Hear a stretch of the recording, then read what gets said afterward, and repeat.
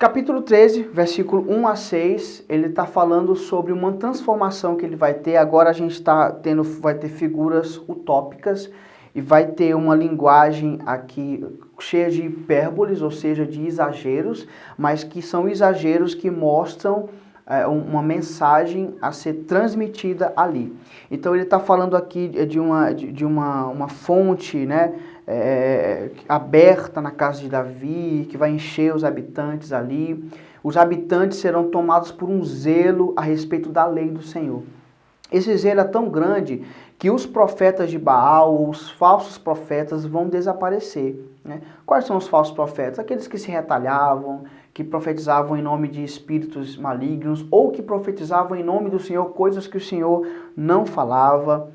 E aí o zelo no meio do povo vai ser tão grande que ele fala o seguinte: quando alguém profetizar, versículo 3, seu pai e sua mãe que geraram lhe dirão, não viverás, porque tens falado mentiras em nome do Senhor. Então um zelo tão grande que se um homem profetizar coisas em nome do Senhor que ele não falou, ou profetizar coisas em nome de deuses estranhos, os seus próprios pais vão repreendê-lo, acusá-lo, e esses próprios pais irão transpassá-lo, irão matá-lo.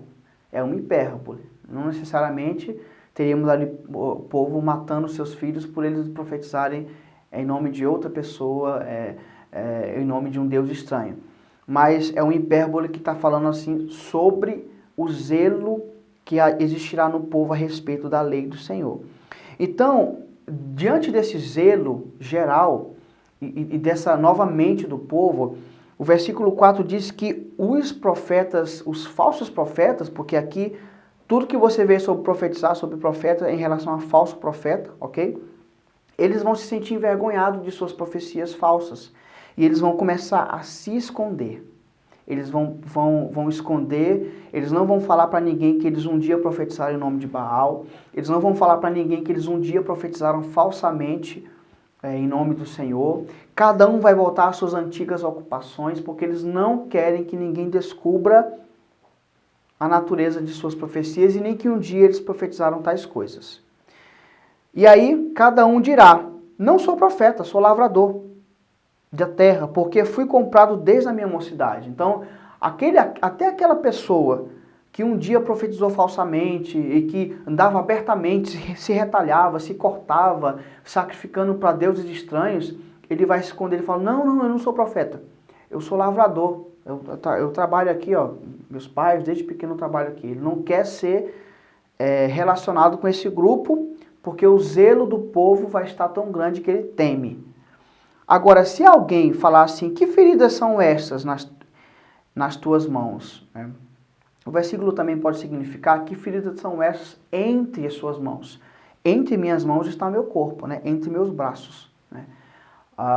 O versículo também pode significar isso. E por que essas feridas? Porque era muito comum quando existia rituais de proféticos em nome de espíritos imundos, deuses estranhos, eles se cortavam, né, se retalhavam. A gente vê um exemplo disso quando Elias vai desafiar os profetas de Baal, e aí Elias vai falar, ó, cada um ore para o seu Deus, e o Deus que fizer queimar esse altar, que responder com fogo, é o Deus realmente que deve ser adorado. Então os profetas de Baal ficam ali de manhã até o meio-dia, falando, ô Baal, tal, vem aqui, queima esse altar. E eles, a Bíblia diz que eles se retalhavam, cortavam seus braços, né? Se chicoteavam e se retalhavam tudo. Então, alguém que tem essa prática vai carregar nos seus braços, nas suas mãos, em seu corpo, essas marcas. E aí, quando essa pessoa que carrega essas marcas de profecias imundas foi questionado, já que você não é profeta, que marquinhas são essas aí que a gente está vendo no seu corpo, na sua mão? Ele vai falar, são feridas com que fui ferido na casa dos meus amigos. Então ele vai inventar uma história de que ele estava na casa do amigo dele e se envolveu com uma briga. E nessa briga ele se machucou. Então ele vai inventar qualquer coisa, menos admitir que um dia ele profetizou por deuses estranhos aqui, tá bom? Eu já vi algumas vezes pessoas se referirem aqui a essa profecia como se fosse messiânica, tá? Fala assim, feridas são essas nas suas mãos. Feridas nas mãos, Cristo foi ferido, pregos, né? Aí, não, eu fui ferido na casa dos meus amigos. Ah, os amigos de Jesus entregaram ele para ser crucificado, então colocam como se fosse messiânica. Essa passagem não é messiânica, ok, pessoal? Essa passagem está se referindo a falsos profetas, ok? Todo o contexto está dizendo isso. Então, não é messiânica, não se esforce por fazer a messiânica, porque nós temos tantas passagens que falam sobre Jesus que é meio ridículo a gente tentar transformar essa em uma. Ela não é, tá bom? Agora o versículo 7 ao 9, aí sim vamos entrar em uma profecia messiânica que fala: desperta, ó espada, contra o meu pastor e contra o homem que é o meu companheiro, diz o Senhor dos Exércitos, fere o pastor e as ovelhas ficarão dispersas. Aí sim, isso aqui é uma profecia messiânica. Jesus falou que essa profecia se cumpriu nele. Ele disse isso em Mateus 26, 31, disse isso em Marcos capítulo 14, versículo 27. Ele falou isso, olha, ferirei o pastor e as ovelhas serão dispersas, e ele se refere a si mesmo nessa profecia. Uma vez que a gente está falando de algo que aconteceu com Jesus e de desdobramentos que ocorrerão após a traição e consequentemente, morte e sua ressurreição, a gente vê aspectos aqui do próprio povo de Deus como um todo, e não só de Israel. Então ele fala: farei passar, em toda a terra, diz o Senhor dos Exércitos, 2/3 delas serão eliminados e perecerão, mas a terceira parte restará nela. Farei passar a terceira parte pelo fogo, e purificarei como se purifica prata, e provarei como se prova o ouro. Ela invocará o meu nome, e eu ouvirei, direi meu povo, e ela dirá ao Senhor meu Deus. É o povo de Deus sendo perseguido em todas as eras, né? A linguagem de pegar um ouro que ainda não foi purificado, está sujo, passar pelo fogo, e a ação do fogo ali purifica aquele ouro. É uma linguagem bem comum, é quando se fala de perseguição, de perseguir o povo de Deus. Então, aqui nós estamos falando da perseguição que é quase inerente, né, a quem segue a Cristo. Principalmente ali, se a gente vai falar dos primeiros séculos depois de Jesus, né, e que hoje existe perseguição em várias partes do mundo onde o evangelho não é permitido. Então aqui é um versículo que fala sobre o povo de Deus sendo perseguido por causa dele, por causa desse nome. O capítulo 14 aqui, ele é o mais escatológico de todo o livro de Zacarias. Então, de repente você vai ver aqui coisas extraordinárias, né? Um dia que tem uma adoração estranha, coisas... sol escurecendo, né? O frio e noite e dia ao mesmo tempo, e os elementos naturais físicos não são respeitados, montes tremendo, sendo fendidos ao meio. Tudo isso você vai ver aqui nesse capítulo 14, tá bom?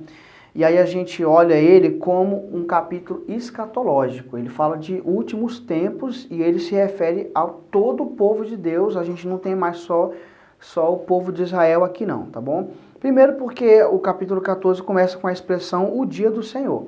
O dia do Senhor é isso, é o último dia, é o juízo final, é as últimas coisas, os últimos desdobramentos, o desfecho do todo o plano de Deus.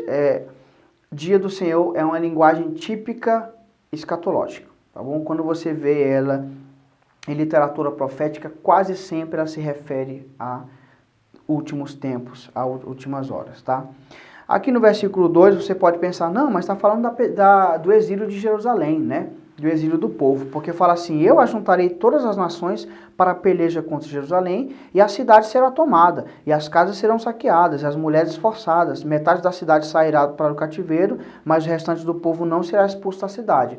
Então você pensa, cativeiro, cidade tomada. Não é escatológico, ele está falando sobre o exílio. Aconteceu ali em 586 e tudo mais. A gente não consegue colocar isso no exílio, porque quando Nabucodonosor leva os cativos, jamais ele leva só metade e deixa metade do povo. Isso não acontece. Não. Essa não é a matemática que aconteceu ali no exílio. Nabucodonosor leva praticamente todo o povo, 90 e poucos por cento. O que fica lá em Jerusalém é um restinho de povo e é o mais pobre, é o que ele fala assim, isso aqui eu não preciso e deixa lá sob os cuidados de Gedalias, né? Então, esse versículo não se aplica ao exílio, a gente está falando de últimos tempos. Então, sairá o Senhor e pelejará contra as nações, como pelejou no dia da batalha. Quando você vê todas essas linguagens impressionantes aqui, primeiro que a gente tem a citação de locais geográficos. O que o profeta quer dizer com isso? A citação de muitos lugares quer dizer que é um acontecimento mundial, né? E que é o interesse de Deus em assuntos internacionais e que também todas as nações estão debaixo do seu poder e da sua vontade. Que tudo faz parte de um grande plano dele. Então você vai ver as citações geográficas aqui e você vai ter essa impressão, esse tom que o texto está passando para a gente.